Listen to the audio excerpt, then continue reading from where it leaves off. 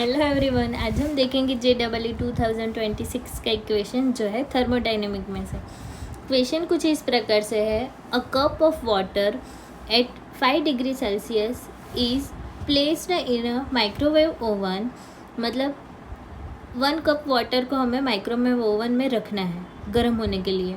And the oven is turned on for 1 minute. 1 minute के लिए हमें माइक्रोवेव क्या करना है, ऑन करना है।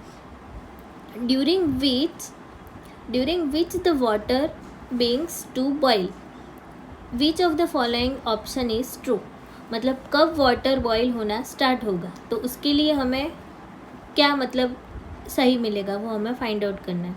अब देखते हैं ऑप्शन। अब देखते हैं इसका सॉल्यूशन। सॉल्यूशन 1 कुछ इस प्रकार से है। फर्स्ट, इसके लिए हमें फर्स्ट लॉ ऑफ थर्मोडाइनमिक पता होना चाहिए। First law of thermodynamic and उसका sign convention. First law of thermodynamic क्या है? Delta U is equal to Q plus W. अब देखो यहाँ पे क्यू मतलब क्या होता है? Q is equal to heat, जो होगा positive when heat is supply. जब भी हीट सप्लाई होगी तो हीट की वैल्यू हमें क्या मिलेगी? Positive. W is equal to work, तो वर्क क्या होगा? Negative when work is done by the system. Expansion मतलब जब भी हम कोई भी वर्क करेंगे सिस्टम में तो उसकी वैल्यू हमें क्या मिलेगी? Negative.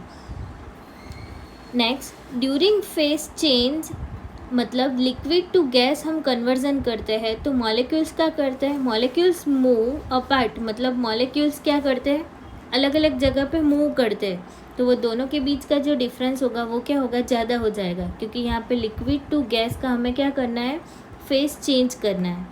And internal energy increase, तो अगर मॉलिक्यूल बहुत ज़्यादा मूव करेगा तो उसकी जो एनर्जी होगी वो क्या होगी? इंक्रीज होगी। अब है सॉल्यूशन। तो सॉल्यूशन में क्या दिया हुआ है?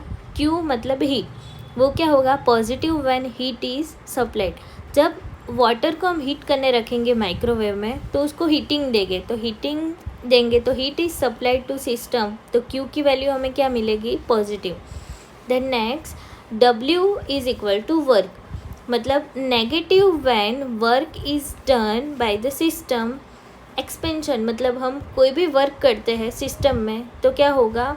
उसका जो वैल्यू होगा वो हमें मिलेगी माइनस। मतलब boiling occurs liquid to vapour, मतलब हमें लिक्विड का कन्वर्जन करना है वेपर में, तो वॉल्यूम क्या होगा? इंक्रीज होगा। Volume increase significantly, system expands again surrounding. W is equal to हमें क्या मिला? माइनस। अब हम देखेंगे ड्यूरिंग फेस चेंज। जब फेस चेंज होता है लिक्विड का गैस में तो क्या होता है? मॉलिक्यूल होता है वो मूव अपार्ट, तो मॉलिक्यूल मूव अपार्ट होते हैं तो इंटरनल एनर्जी क्या होगी? हमारी इंक्रीज होगी।